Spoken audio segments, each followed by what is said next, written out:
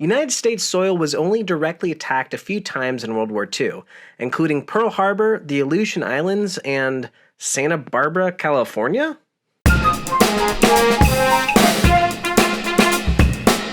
On February 23, 1942, at about 7 o'clock at night, Imperial Japanese Navy submarine I-17 opened fire with her 14-centimeter deck gun on the Ellwood oil field in Goleta, California, near the larger town of Santa Barbara. Firing off the coast at night, the submarine expended approximately 20 shells and only a few hit their mark.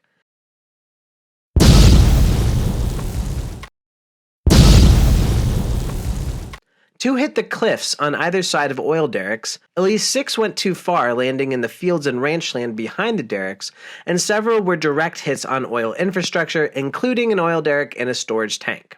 The platform behind me would have had a short pier extending out from it and an oil derrick above it, and that area got hit the hardest by the attack. On paper, the attack was negligible. It was all over in about 20 minutes when the submarine ceased firing and headed back for Japan. No one got hurt except for a soldier when defusing an unexploded shell in the following days. The damage was listed at $500, which when adjusted for inflation is equivalent to only about $8,000 today. In the scheme of World War II, the attack on Ellwood is more or less a footnote, and I only just learned about it. But there are several reasons I think the bombardment of Ellwood is important.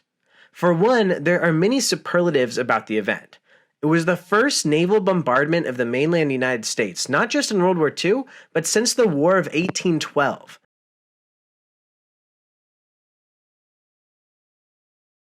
By my calculations, it was the furthest direct attack on a land target that Japan carried out in the entire war. Goleta is about 5,100 miles east of Honshu, the main island of Japan. This is about 400 miles further than the June 1942 bombardment of Sydney, and about 600 miles further than the bombardment of Fort Stevens, Oregon, that same month. I'm pretty sure Goleta was the furthest, but please let me know in the comments if you know of something else. In this context, you can think of the attack on Ellwood as Japan flexing during the peak of its strength. The first months of World War II were a complete success for Japan. They crippled the U.S. fleet at Pearl Harbor, took Hong Kong, Manila, and the fortress of Singapore, and rapidly spread through the Pacific, all before the Santa Barbara attack even took place.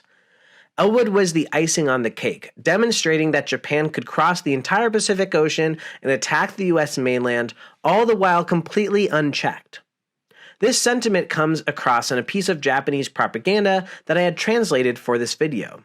On the night of February 24th, a submarine also shelled enemy military facilities from the sea near Santa Barbara, California, and on March 1st and 2nd, she destroyed an aviation fuel tank and sank a 7,000-ton cargo ship on the U.S. mainland coast, terrorizing the whole United States.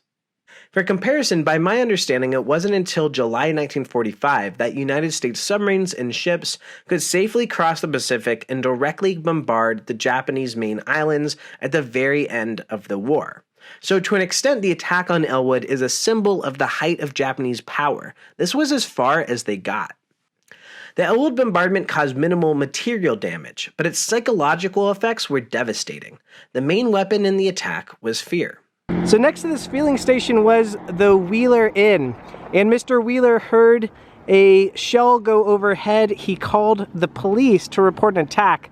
Can you imagine how frightening it would be to call the police to say, hello, there's a submarine attack? Literally the day after the Ellwood strike, the Battle of Los Angeles happened in a citywide false alarm as anti-aircraft gunners began furiously attacking what was later figured out to be just a weather balloon.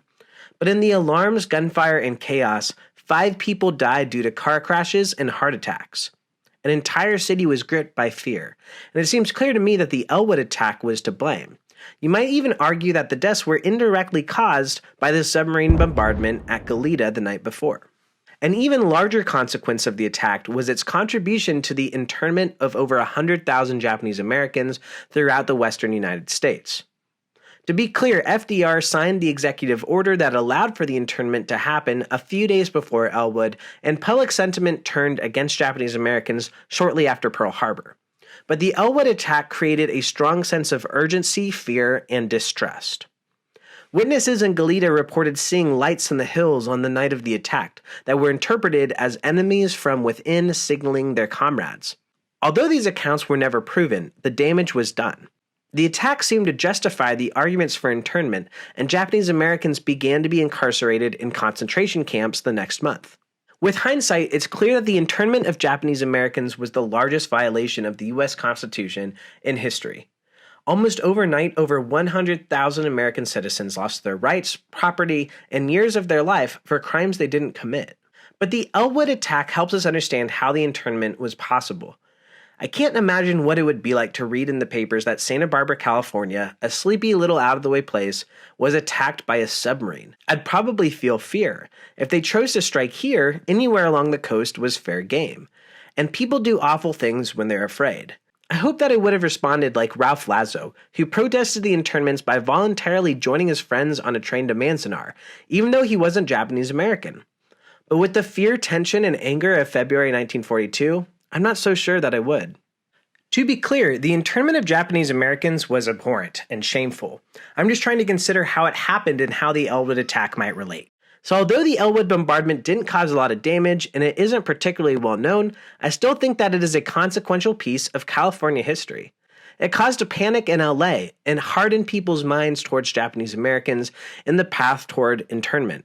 It is one of the few places in America you can visit to see a World War II attack. To check it out for yourself, go to Haskell's Beach in Goleta and head to the southeast. You can't miss the large concrete structures that once held oil derricks that were damaged during the attack. Above the beach is the Sandpiper Golf Club. There's a historical plaque about where a storage tank was hit, and multiple shells fell in the open field where the golf course is today. Now that's what I call a mulligan. On your way back to the freeway, stop at the Barnsdale Rio Grande service station, where Lawrence Wheeler called the police to report a submarine attack. Thanks for watching, and please subscribe to Poopy Archaeology for more videos about the past.